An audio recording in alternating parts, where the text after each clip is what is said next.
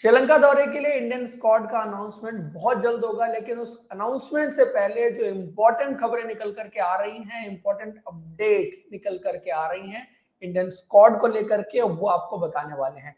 और ये जो अपडेट्स हैं अब समय के साथ और पुख्ता हो गई हैं, सो रिलायबल कह सकते हैं आप। इसमें से जो ज्यादा खबरें मैं आपको बताने वाला हूं, सो वो टॉप 10 न्यूज क्या है, अपडेट्स क्या है। सबसे पहली चीज जो निकल करके आ रही है, हमने आपको कल के दिन बता दी थी कि गौतम गंभीर और अजीत अगरकर की एक मीटिंग होगी जिसमें यह तय होगा इंडिया का अगला कप्तान कौन होगा इन टी20 cricket, in ODI cricket. Rohit Sharma का डेप्यूटी कह सकते हैं और श्रीलंका दौरे के लिए इंडिया का कप्तान कह सकते हैं। उसके अलावा जो है वो कुछ खिलाड़ियों के फ्यूचर को लेकर भी फैसला किया जा सकता है। तो एक बहुत बड़ी खबर है जो 100% कंफर्म है, इन दोनों के बीच पहले मीटिंग होगी। जिस तरह का इंडियन टीम सिलेक्शन का प्रोसीजर होता है कि पहले कप्तान चुना जाता है और कप्तान चुना जाने के बाद टीम चुनी जाती है, क्योंकि कप्तान की से टीम के चयन में रहती है। तो सबसे पहले आपका दोनों कप्तान चुने जाने हैं, जिसमें टी20 के लिए हार्दिक पांड्या का नाम 90% आप तय मानिए। ये बहुत मुश्किल है कि उस डिसीजन को ओवरटर्न किया जाए, गौतम गंभीर और अजीत अगरकर मिलकर किसी और प्लेयर को कप्तान बना दें। सो जो दूसरी बड़ी खबर है कि हार्दिक पांड्या आपके टी20 के कप्तान बनने वाले हैं। बहुत सारी खबरें चली थी बीच में कि सूर्य कुमार यादव का नाम आ सकता है, संजू सैमसन का भी नाम डालने की कोशिश की गई, लेकिन शायद मुझे ऐसा लग रहा है कि इस पद पर सिलेक्टर्स और बोर्ड, सारा जो कलेक्टिव मूड नजर आ रहा है उसमें सारी चीजें हार्दिक पांड्या की तरफ इशारा कर रही हैं। और शायद बोर्ड का ये ज्यादा मानना है कि हार्दिक पांड्या जो है वो आपके टी20 के कप्तान होने चाहिए। लेकिन क्या गौतम गंभीर और अजीत अगरकर उस बात से 100% एग्री करते हैं कि हार्दिक पांड्या ही आपके टी20 के कप्तान होने चाहिए? ये उन दोनों की मीटिंग के बाद कंफर्म तौर पर पता चलेगा। लेकिन ज्यादा अगर माने किस चीज की प्रोबेबिलिटी है, वो हार्दिक पांड्या के टी20 के कप्तान बनने की प्रोबेबिलिटी है। उसके बाद तीसरी खबर जो है वो केएल राहुल के ओडीआई कैप्टन बनने की है। और ओडीआई कैप्टन में आप एक कंटिन्यूटी देखेंगे कि साउथ अफ्रीका में उन्होंने इंडिया की ओडीआई की कप्तानी की थी और उसके बाद वो इस सीरीज में भी इंडिया की ओडीआई की कप्तानी करेंगे। रीजन आपको साफ नजर आता है कि हार्दिक पांड्या की फिटनेस को लेकर के ओडीआई क्रिकेट में सेलेक्टर्स अभी भी ट्रस्ट नहीं कर पा रहे हैं। दैट्स वाई जो है वो केएल राहुल को ओडीआई में कप्तानी दी जाएगी और उन्होंने पहले भी इंडिया की कप्तानी ओडीआई क्रिकेट में कर रखी है। ये भी चीज उनके फेवर में जाती है और ये बात 100% कंफर्म है कि केएल राहुल इकलौते कंटेंडर हैं जिसका नाम यहाँ पर चल रहा है और वो बन सकते हैं। देन चौथी बड़ी खबर की बात करें जो बहुत पहले आपको हमने बता दी थी कि रोहित, विराट और जसप्रीत बुमराह, ये तीन खिलाड़ी इस दौरे पर किसी भी फॉर्मेट में नहीं होंगे। रोहित विराट ने टी20 से जो है वो रिटायरमेंट ले ली है, वनडे में वो दोनों अवेलेबल नहीं होंगे। जसप्रीत बुमराह भी रेस्ट करेंगे क्योंकि इसके बाद इंडिया को टेस्ट सीरीज खेलनी है, ऑस्ट्रेलिया ट्रेवल करना है, तो बहुत सारे इंपॉर्टेंट और क्रूशल दौरे हैं। उस वजह से जसप्रीत बुमराह को ये वेल डिजर्व ब्रेक दिया जा रहा है। उसके बाद पांचवी और बहुत बड़ी खबर है जो बहुत इंपॉर्टेंट है कि सेलेक्टर्स ये ऑलमोस्ट डिसाइड कर चुके हैं कि गिल और जायसवाल आपके टी20 प्लस वनडे दोनों फॉर्मेट में इस दौरे पर मेन या फ्रंट रनर ओपनर रहने वाले हैं। ऐसे में टी20 में ऋतुराज गायकवाड़ का बाहर जाना तय नजर आ रहा है और ऋतुराज गायकवाड़ बाहर जाएंगे। प्लस जो छठी बड़ी खबर है, अभिषेक शर्मा टी20 की टीम में अपनी जगह बना जाएंगे। सो मतलब आप समझिए कि एक तरफ गिल और जायसवाल वनडे क्रिकेट में तो होंगे ही होंगे, यहाँ पर सीधी खबर निकल करके आ रही है कि जायसवाल का वनडे में इंक्लूजन हो सकता है। शुभमन गिल और यशस्वी जायसवाल वनडे में भी ओपन करेंगे, टी20 में भी ओपन करेंगे। प्लस टी20 से ऋतुराज गायकवाड़ को जो है वो बाहर किया जा सकता है, but Abhishek Sharma T20 cricket में अपनी जगह बचा जाएंगे। जो कि जिम्बाब्वे के टूर पर कहा गया था कि 4-4 ओपनर हैं, लेकिन अभी ये क्लियर कर पाना पॉसिबल नहीं हो रहा है कि अभिषेक शर्मा को सेलेक्टर्स जो है वो ओपनर के रोल में देख रहे हैं या मिडिल ऑर्डर के रोल में देख रहे हैं। क्योंकि अगर आप देखें जब ऋतुराज गायकवाड़ को आप बाहर करेंगे तो आपके पास सिर्फ 2 ओपनिंग के ऑप्शन होंगे जो जेन्युइन ऑप्शन है। बाकी फिर आप अभिषेक शर्मा को तीसरा ओपनर कंसीडर कर ले तो फिर वो अलग चीज है। लेकिन अभिषेक शर्मा अगर स्क्वाड में रहेंगे तो शायद उनके टीम के 11 में खेलने की भी पॉसिबिलिटी जो है वो बनती हुई नजर आ रही है।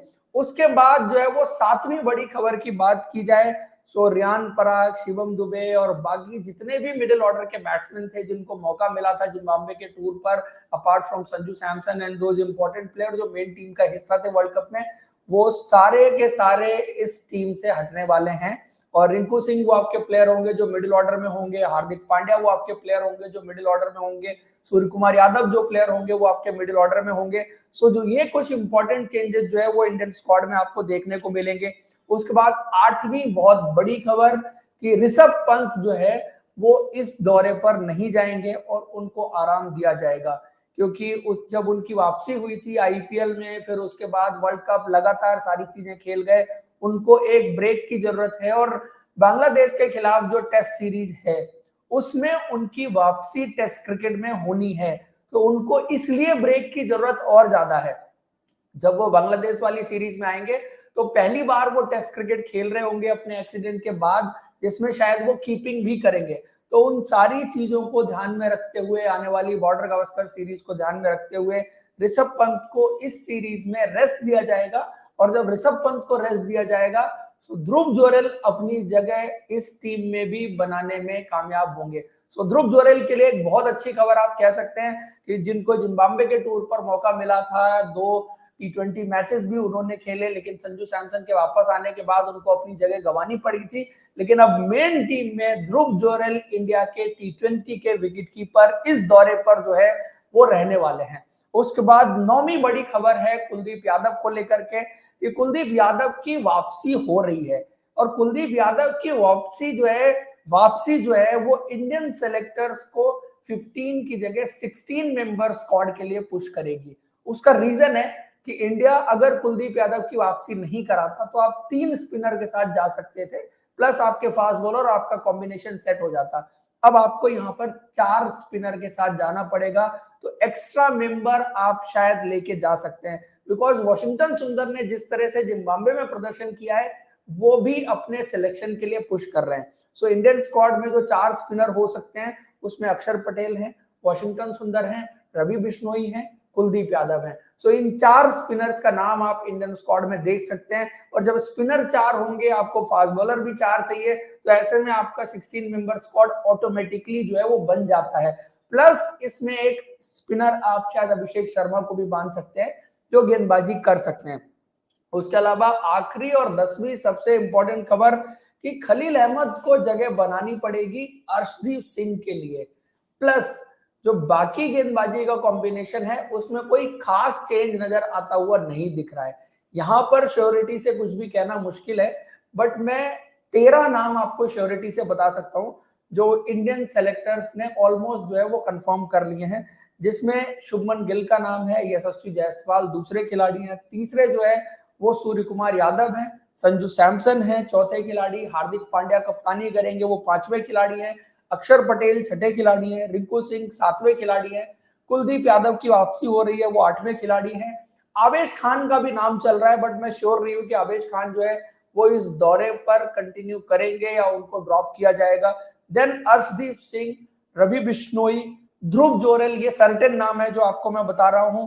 उसके अलावा वॉशिंगटन सुंदर सर्टेन नाम है, अभिषेक शर्मा इस टीम में अपनी जगह बना जाएंगे, ये भी ऑलमोस्ट कंफर्म आप मानिए।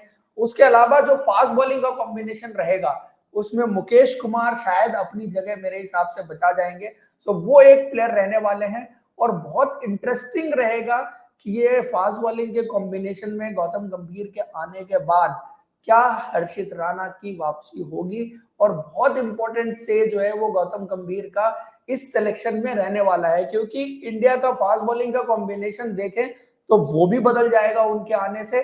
प्लस इंडिया को एक ऐसा ऑप्शन मिल जाएगा जो गेंदबाजी के साथ बल्लेबाजी कर सकता है, और मोहम्मद सिराज आपको T20 की टीम में शायद नहीं दिखेंगे फॉर दिस टूर, वैसे वो T20 की रैंकिंग में अभी भी रहेंगे। सो वो जो है एक इंपॉर्टेंट खबर होगी जो शायद जगह खोल सकती है और फास्ट बॉलर के लिए, मे बी हर्षित राणा के लिए भी। तो दोस्तों ये है कुछ इंपॉर्टेंट अपडेट जो श्रीलंका टूर के स्क्वाड अनाउंसमेंट से लेकर स्क्वाड अनाउंसमेंट को लेकर के निकल करके आ रही है। स्क्वाड जो है वो कभी भी अनाउंस हो सकता है क्योंकि डेट इन्होंने दी नहीं है, तो डेट को लेकर के तो कुछ श्योरिटी नहीं है, बट स्क्वाड बहुत जल्द अनाउंस हो सकता है, क्योंकि अब श्रीलंका दौरे के लिए ज्यादा टाइम बचा नहीं है, और जब टाइम बचा नहीं है तो चीजें मुझे लगता है कि काफी जल्दी जल्दी की जाएंगी। और बहुत सारे दोस्त जो पूछ रहे थे कि इंडिया का जो सपोर्ट स्टाफ है उसको लेकर के अनाउंसमेंट कब होगी, वहां पर मुझे लगता है कि कोई जल्दी नहीं दिखाई जा रही है बीसीसीआई की तरफ से। तो हो सकता है कि श्रीलंका टूर पर गौतम गंभीर विदाउट सपोर्ट स्टाफ ट्रेवल करें, और बाद में जो है वो स्क्वाड जो सपोर्ट स्टाफ है उसका अनाउंसमेंट हो, और वो फिर इंडियन टीम मैनेजमेंट के साथ जुड़ेगा। तो दोस्तों ये थी ओवरऑल अपडेट। आपको वीडियो और इन्फॉर्मेशन अच्छी लगी है तो लाइक और हमारे चैनल को सब्सक्राइब जरूर करें अगर अभी तक आपने नहीं किया, क्योंकि आप सब सब्सक्राइब बिल्कुल नहीं करते हैं। Thank you, see you in next video.